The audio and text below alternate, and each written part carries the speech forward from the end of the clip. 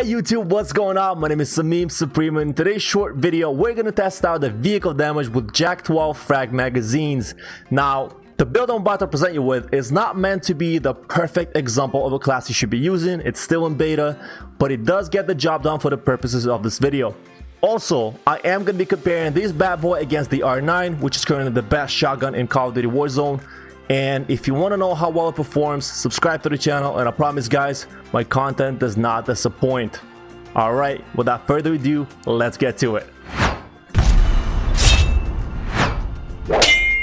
First and foremost, frag mags are an essential part of this build, so that is going to be our first attachment. Now, anytime you're building a weapon for Warzone, effective damage range is usually one of the most important factors of any gun. And most of the time the biggest range boost comes from a barrel, and in this case, option number 3, ZLR 3600. The second baby range boost usually comes from the muzzle, and just like with most of the shotguns, you have two options to play around with, the choke and the monolithic suppressor.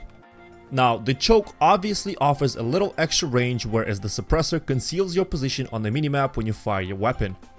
If you have seen my other videos, the suppressor is normally my go-to, mainly because I consider Warzone more of a strategy game than just a shooter.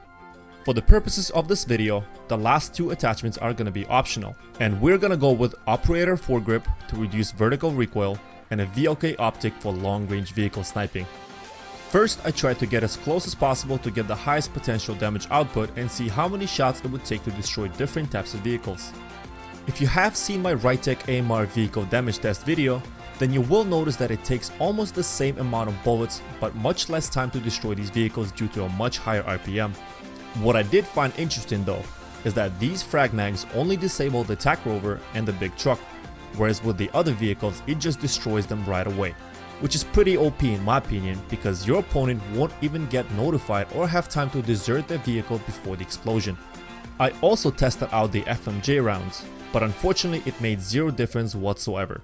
It appears that FMJ effect only applies to the bullet damage itself, whereas most of the Jak12 vehicle damage comes from the explosion of the frag rounds, and not the actual bullets. After testing out the up close damage to see what maximum damage I can deal, I decided to test out the maximum range of effectiveness to see the damage fall off.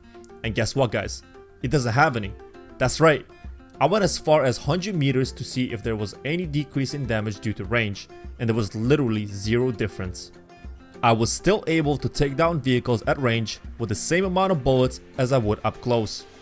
The two things I urge you to account for if you are gonna use the shotgun as a sniper rifle are the slow bullet velocity, meaning it does take a little bit of time for the bullets to reach the target from the moment they leave the barrel, as well as the bullet drop. The further you are from the target, the higher you'll have to aim above them. Thank you so much for watching this video. I appreciate your time. If you guys have any questions, drop them down below in the comments, and if you enjoy this type of content, a like is always appreciated. Subscribe to the channel to see more, and I'll see you guys in the next one. Later.